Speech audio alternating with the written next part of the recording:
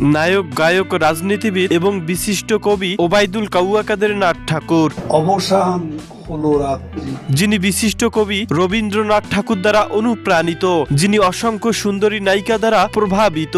দেশ থেকে পালাবো না। আবেগের বশে কিংবা বিবেকের তাড়নায় সাহসের সর্বোচ্চ সীমায় 3 মাস পরেও বোরকা পরে ভারতে পালায়। ওবায়দুল কাদের এবং তার পরিবার নোয়াখালীকে বানিয়েছিল ত্রাসের রাজত্ব।